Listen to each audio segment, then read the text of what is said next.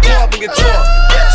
I'm sipping, I'm sipping, I'm sipping, I'm sipping, I'm sipping, I'm sipping, I'm sipping, I'm sipping. Sipping, I'm sipping, I'm sipping, I'm sipping, I'm sipping, I'm sipping, I'm sipping, I'm sipping. Tonight we gon' go get drunk. Get drunk. Tonight we gon' go get fried. Get fried. Jump in the wheel and slide. I don't give a fuck about a DUI.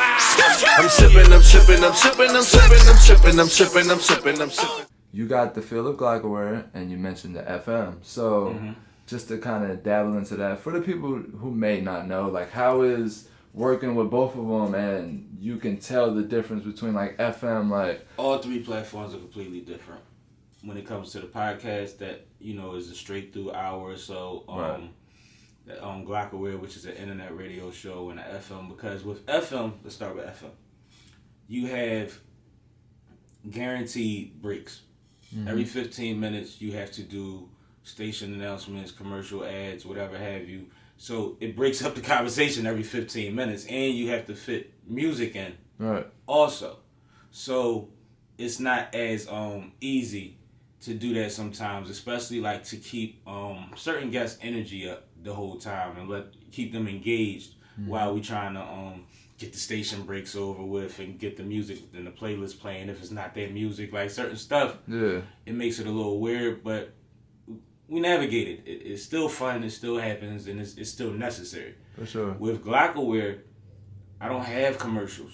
I don't have ads. We could play the Glockaware drop in the middle of me talking and keep it moving, and they know what they listening to. Right. And I could talk for 2 hours straight. I could play music for 2 hours straight, or I could break it up into every 5, 10, 15, 20 minutes if I want to. Right. So, like, if a guest is late, then I'll utilize the time while they're not there to try to get some of the other stuff done that I want to get done. And then when they're there, if we got to talk for 20, 30, 40 minutes straight, if it's interesting enough, if I feel like the rhythm is up, then I can do that. For sure. You see what I'm saying? So that's the difference between the two. And then on the third with the podcast, there is no music breaks. Right. There is no commercials. There are no ads. And my name is on the screen the whole time. So we just talking for an hour straight.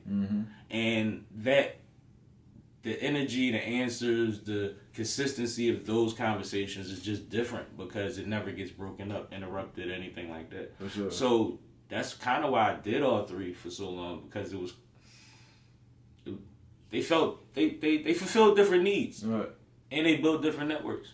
Who's the biggest person that you interviewed on FM? The biggest person I've interviewed. Because FM, you can get big people on FM. You feel what I'm saying? Like they're most likely to be like, oh yeah, I need that interview. See, it depends on what you consider big, because like anybody from like a Chill Moody to a Justin, what's Justin's last name? Justin Sky? No, Justin that did the Childish Gambino video with the cartoon. Justin, I forget his name. Shout out to homie though. Like, right. It depends on what aspect you mean. Huge community activists. It's been all kind of people that came through that show. But rest in peace, my guy Chris Cotton. Had Chris Cotton on the joint, and that's Comedy Central legend and Philadelphia legend on the comedy scene that we just lost recently.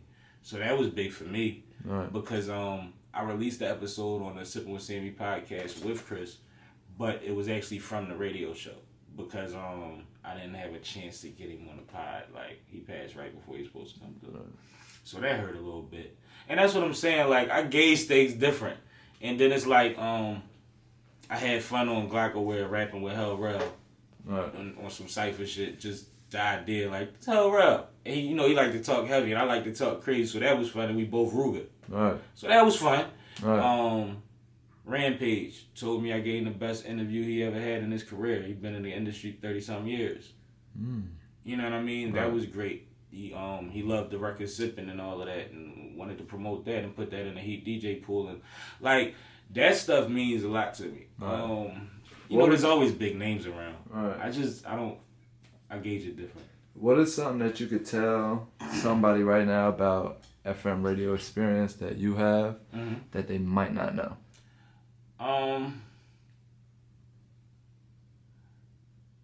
One thing about FM is that when you compare it to everything else nowadays, it really depends on what you want to accomplish. FM radio is not necessarily better than internet radio, or vice versa. For instance, FM is plugged into your car. As soon as you get your car, that radio has FM radio, has that station on it, so that's standard. Cool. So a lot of people, that's their first go-to. But at the same time, if you do internet radio, it's on the internet. It plays anywhere. It doesn't have an identity.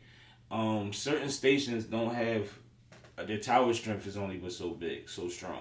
So you might cover Philly, Jersey, Delaware for Power 99. Another station might cover most of Philly. Another one. Like, so it's all about what you want. And when you make your goals, like say if you want to work in FM radio, for sure do it. But make sure that you don't put all your eggs into just, I want to be on FM radio. Because in a minute, all the FM radio is going to be either syndicated or it's going to shift. And it's not going to be the same thing that you thought you was getting yourself into. And with the FM radio process, a lot of times you have to intern and work your way all the way up to being on air, unless you're already a personality that they recognize. For instance, Q Deezy, Quincy Harris, was interning, street teaming, on air, doing everything. And they still wasn't giving him the bag. And he approached them, he told them, look, I deserve this. And they negotiated and he got the bag. And then he went to LA, then he was syndicated. And then he came back to Philly and now he's on TV every day in people's homes with his own talk show. He grinded from the bottom for that. You know what I'm saying? Whereas in, you could start your podcast nowadays. You could go on an internet station or whatever have you nowadays tomorrow.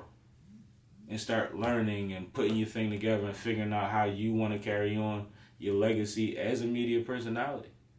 But I think that that's the most important thing, is to just like, don't put that basket much higher than all the other baskets. If you want to get your voice heard and you want to be seen and you want to do this music thing, you could do it whenever you want. And then go to FM and get the bag once they know that you established yourself as a dope personality.